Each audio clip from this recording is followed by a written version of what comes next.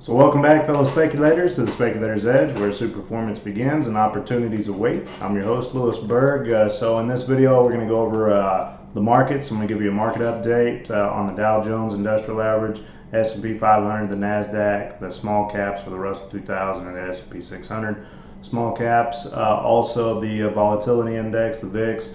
And then I'm going to go over some of my ratios real quick, let you know what's happening. Then we're going to go into sector rotation and industry rotation as well. So what are the strongest sectors and what are the strongest industries, plus the weakest industry or the weakest sectors in the industries, okay? So I'm going to do things a little bit different on that.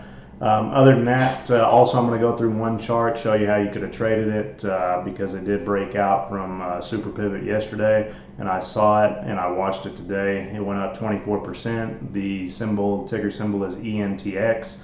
But other than that, I'm going to show you how you can manage your risk if you decided to buy in on that stock. So, but other than that, if you haven't already subscribed, please do. You can click on the TSE logo in the bottom right hand corner of this video. I'm going to kind of go fast today. I injured my back not too long ago in the gym, so I'm having a little bit of problems right now. But other than that, I'm good. So we'll go ahead and get updated with this right now. We'll go ahead and get a move on, and thank you for your support as well. So let's go ahead and move on to the Dow Jones Industrial Average. So what we have here is we still have our uptrend intact here. We did crack that 50-day moving average, moving lower. We'll probably get down to those lows right there around 33,600, 33,500. Okay, that's well, as you can see, it already touched that $33,626 level. It may drop even further if it closes below that level of that 33,500. Get ready down to that 150-day moving average. Okay. Other than that, let's go look at the S&P 500 real quick. S&P 500, we still are in a major uptrend here, but it did close below that 10-day moving average, so expect it to, of course, it touched that 20-day moving average. If it closes below that 20-day moving average, look for a move down to that 50-day moving average and possibly down to that 4,061 level, okay? Just be cautious trading. Matter of fact, just to go over some of my ratios as to what's happening, the all-time highs list did dry up substantially this week. Not good to see. So there's not very many stocks making new highs. We don't want to see that in this market, okay? Also, what we saw was the uptrend pressure ratio. My uptrend pressure ratio increased twofold. So that's not good. That increased twofold today. Not good to see. So there is pressure on this uptrend right now, or in stocks itself. Also, there is high volume, really high volume, and it actually it doubled in the last few days. So that's not good to see. Also, that means there's volatility coming in this market. We don't want to see volatility. Okay, that's not good to see. Also, we did see we did have major distribution today as well. Matter of fact, it was threefold, so 3 times the accumulation in stocks today. That's not good to see. So we are suffering what's called a distribution day today, okay? With the uptrend pressure, not good. With high volume being the way it is today, not good. And the all-time highs list drying up, not good, okay? This market's not good.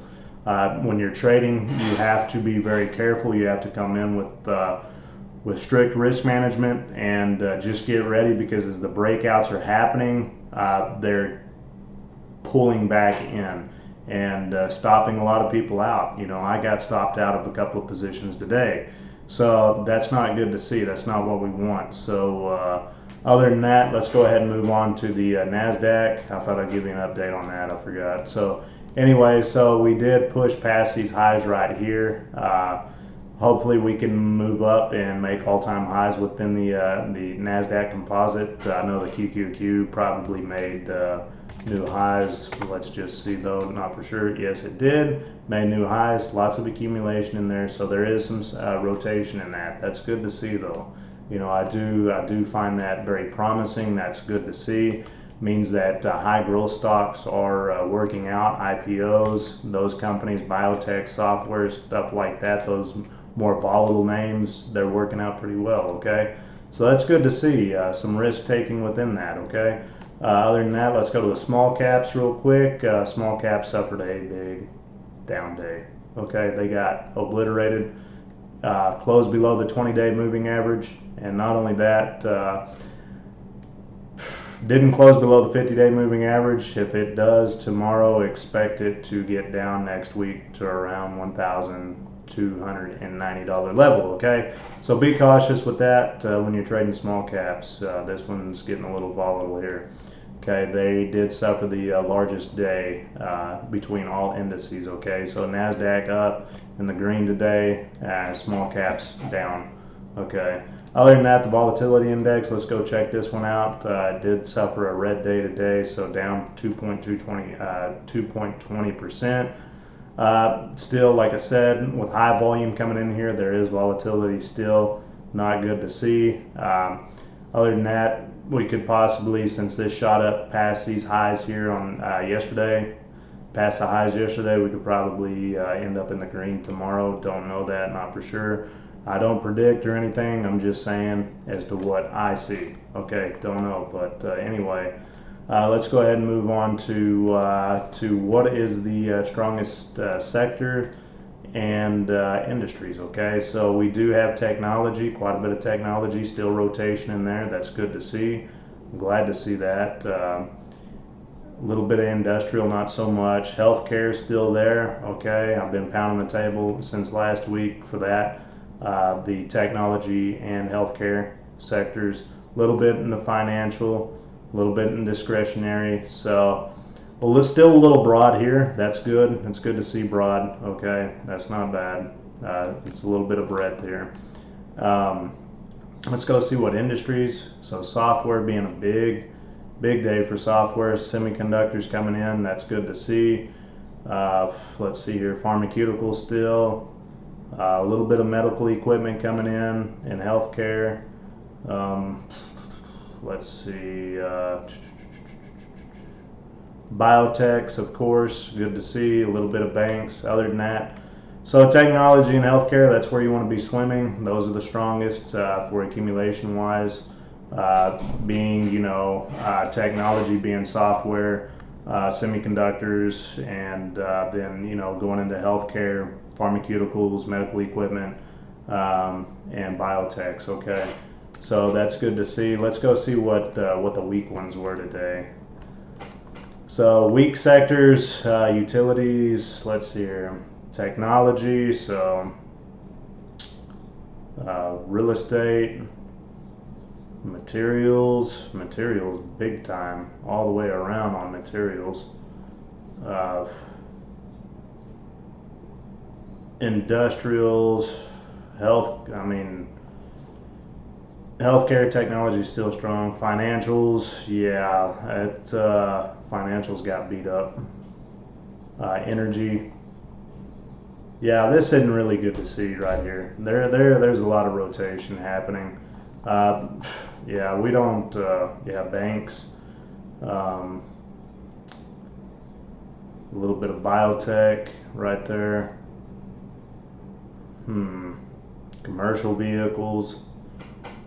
It was pretty rounded on a weekday for these right here. Gold mining, that means gold didn't have a very good day today then. Specialty chemicals.